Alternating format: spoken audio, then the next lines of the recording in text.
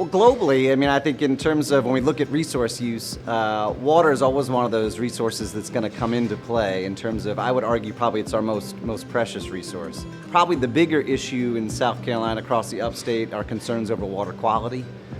So with suburban development and industrial development and runoff from streets and things of the sort, much of which actually is finding its way into our waterways, into our nearby streams. There's certainly concern over the impacts that's going to have, not only for access for, say, drinking and use, but also certainly in terms of the ecology and the functioning of that aquatic ecosystem.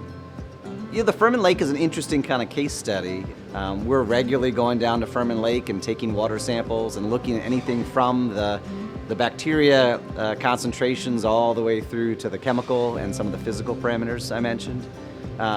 You got to stay on top of it. I mean, these are human-constructed systems, and so I think we have to play a role in terms of their management and oversight.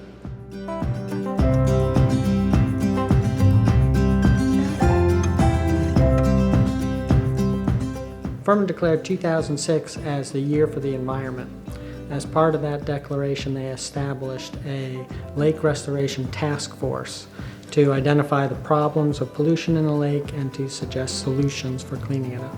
So one of the immediate goals of the Lake Restoration Task Force was to reduce the population of waterfowl and then also to vegetate the perimeter of the lake to reduce the amount of runoff from surrounding landscapes.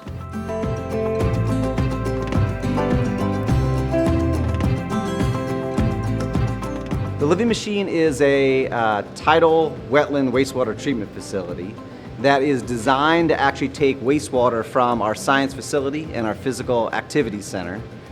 It comes actually on site here, and then it uses the plants behind me here and the bacteria that reside actually in these chambers. So it cycles through a number of chambers, and by the time it comes out at the end, it is essentially treated wastewater. And so it gets a little bit of a dose of UV light to kill off any of the bacteria, but then it gets replumbed actually back into the toilets in the Science Center to be reutilized. In the long term, we're saving water both in terms of the demand, so we're not asking Greenville Water System for large quantities of water for our toilet water, but probably equally important because we're treating it on site, we're not shipping it off site for sewage treatment as well.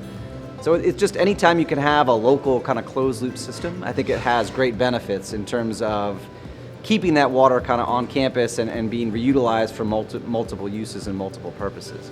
And I'd say that there's, again, always room for improvement, and the fact that we have kind of a focus on sustainability here at Furman is a good thing. So it is in the discussions. It is things that we talk about often from faculty, staff, and administration. And having that dialogue is, I think, is the critical first step in terms of moving us forward in terms of dealing with an issue like water resources here on campus.